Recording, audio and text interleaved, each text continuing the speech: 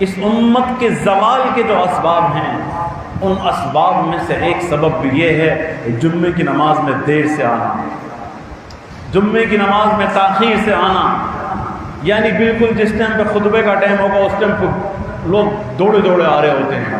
یہ امت کے زوال کے اسباب میں سے ایک سبب یہ بھی ہے، اور صرف امت میں ہم بھی شامل ہیں، ہمارے زوال کے اسباب میں سے یہ بھی سبب ہے، یہ بھی سبب ہے، ہمارے کاروبار کی بے برکتی کا یہ بھی سبب ہے، ہماری زندگیوں میں جو بے برکتی ہے یہ بھی سبب ہے، ہمارے گھروں میں جو بے برکتی ہے یہ بھی سبب ہے، ہمارے رزق میں جو بے برکتی ہے یہ بھی سبب ہے کہ امت جمعے کی نماز میں تاخیر سے آتی ہے۔ ورنہ خیر القرون کے دور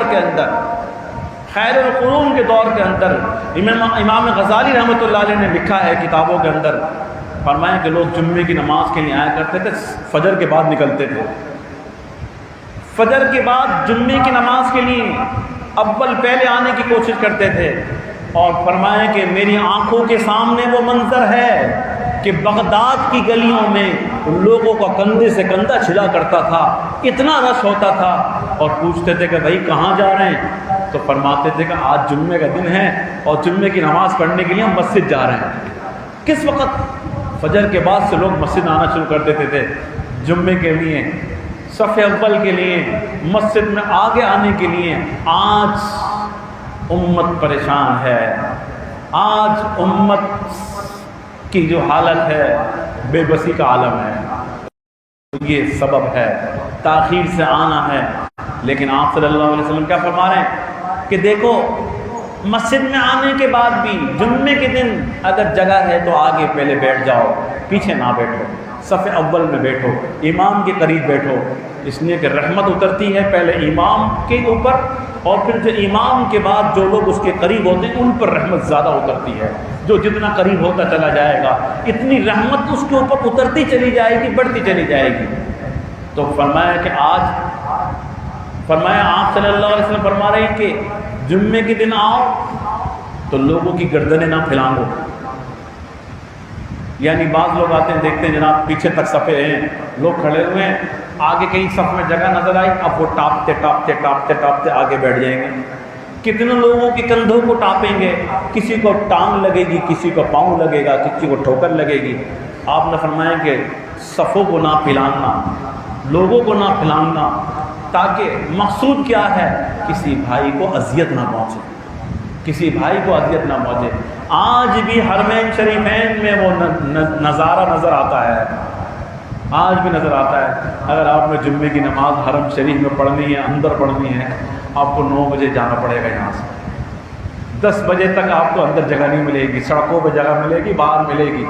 اگر آپ چاہتے ہیں کہ میں مسجد نبوی میں نماز پڑھوں اور حرم شریف میں بیت اللہ میں جا کر جمعے کی نماز پڑھنی ہے، 9 بجے آپ کو گھر سے نکلنا پڑے گا، تب بھی مشکل ہے کہ آپ کو مطلوبہ جگہ مل جائے۔